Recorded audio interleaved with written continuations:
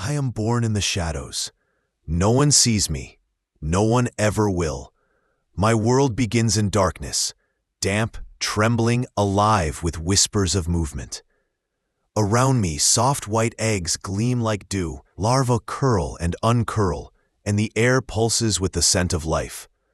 I can't see it yet, but I can feel it. Thousands of heartbeats moving as one.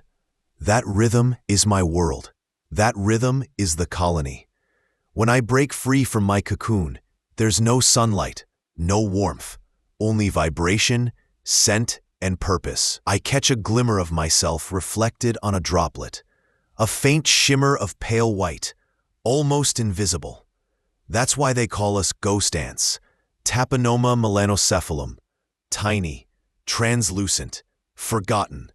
But invisibility isn't a blessing, it's a curse. Part 1. The World of Shadows. From the moment I hatch, the universe is already trying to kill me. I am smaller than a grain of sand.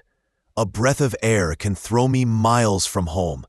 A drop of water is a tsunami. A human footstep is an extinction. We live where no light dares stay, in cracks, under tiles, inside wires and pipes. The humans think they own these walls. They think they built them. But it's we who occupy them. Every wall, every cable, every unseen corner. Our tunnels twist through it all. Invisible highways of dust and life. Thousands of us move together. A single heartbeat stretched across millions of bodies. We don't have faces or names. Only one command. Serve the colony. Part 2. The Queen. At the center of it all lies our heart, the Queen. She is huge, luminous in the dark, her body glistening with moisture and power. She never leaves the nest, yet her scent reaches every corner. Her pheromones are law, invisible commands that shape our existence. When she wants us to build, we build. When she wants us to fight, we fight. When she stops breathing, the entire world stops. Her scent defines who I am. A worker, a nameless gear in a living machine. My destiny was sealed before my first heartbeat. Search for food, feed the larvae, expand the nest, repeat. We are tireless, we are obedient, we are many. In the dark, I sometimes pause and feel it.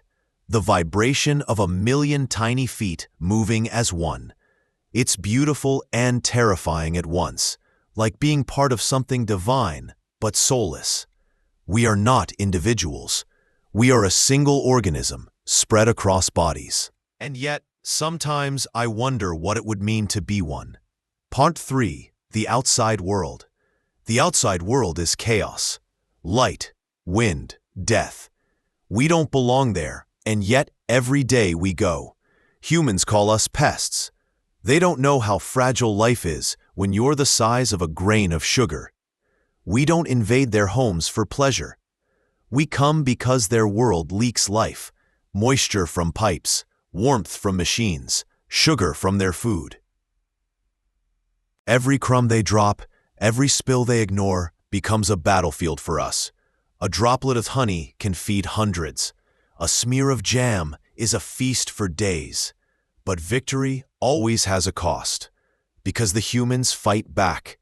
They don't see individuals, they see an infestation. So they wage chemical war. They release death into the air, poisons that smell like flowers. We can't see it, we can't avoid it. It coats our legs, our antenna, our bodies. We carry it home without knowing. And when we return, it spreads like a plague. Workers collapse silently. Larvae wither. The tunnels grow still. No sound, no panic. Just the quiet end of an invisible civilization. But even death serves a purpose here.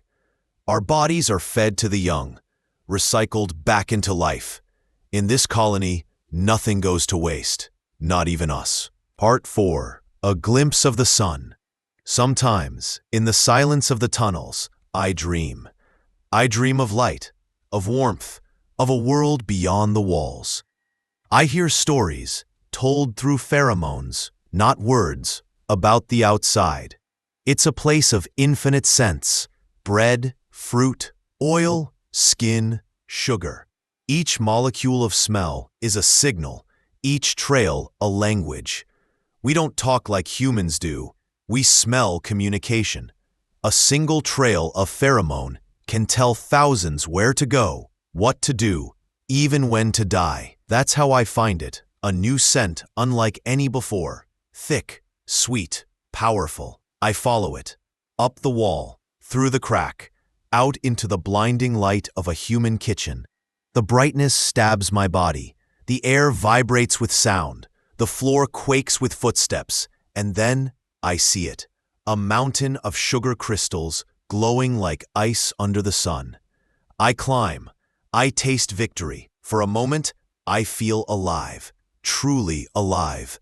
Then, the shadow moves. The air shifts. Something falls. A droplet lands beside me.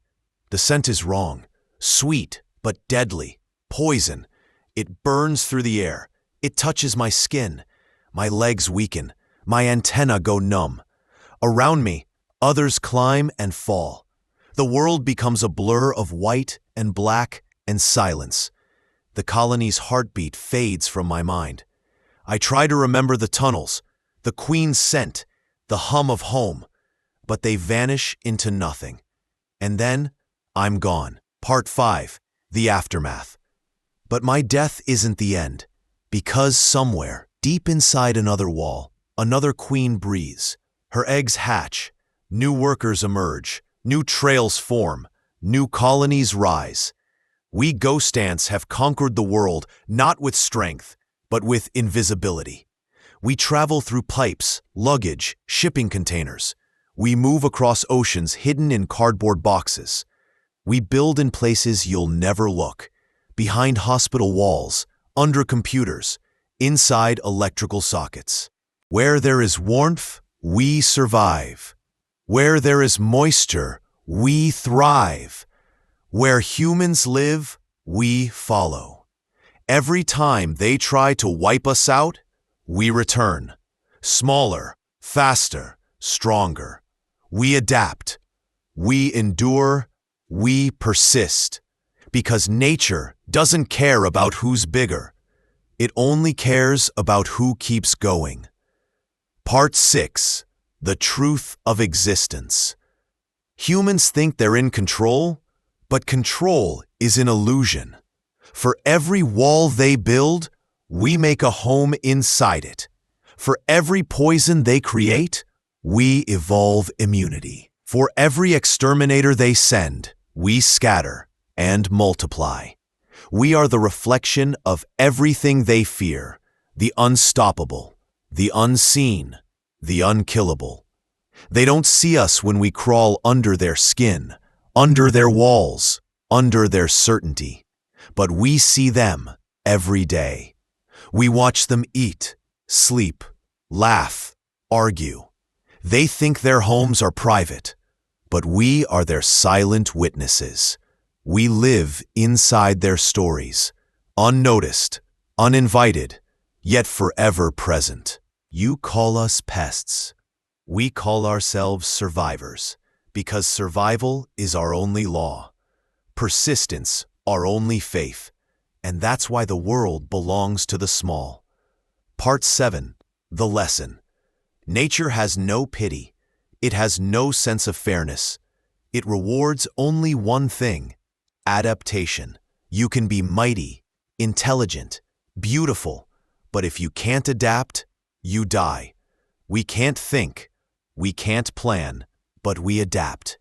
That's why we're still here. From the warm tropics to freezing cities, from rainforests to skyscrapers, we've made the planet ours. We are not invaders, we are inheritors, because wherever life exists, we find a way to join it.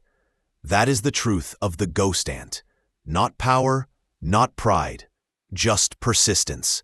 We are the proof that being invisible doesn't mean being weak, that being small doesn't mean being insignificant, that survival is the greatest victory of all. Part 8. The ghost. And so the cycle continues. Eggs, larvae, workers, death, rebirth. We are born unseen. We live unnoticed. We die unnamed. Yet we endure. In silence, in cracks, in shadows.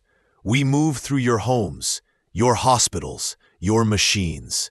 When you sleep, we march. When you clean, we hide. When you forget, we return.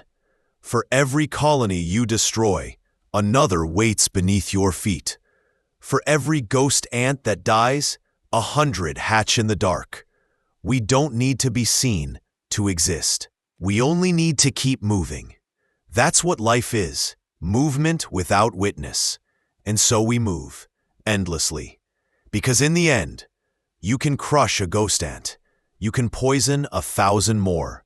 But you can't kill the ghost. That never stops coming back.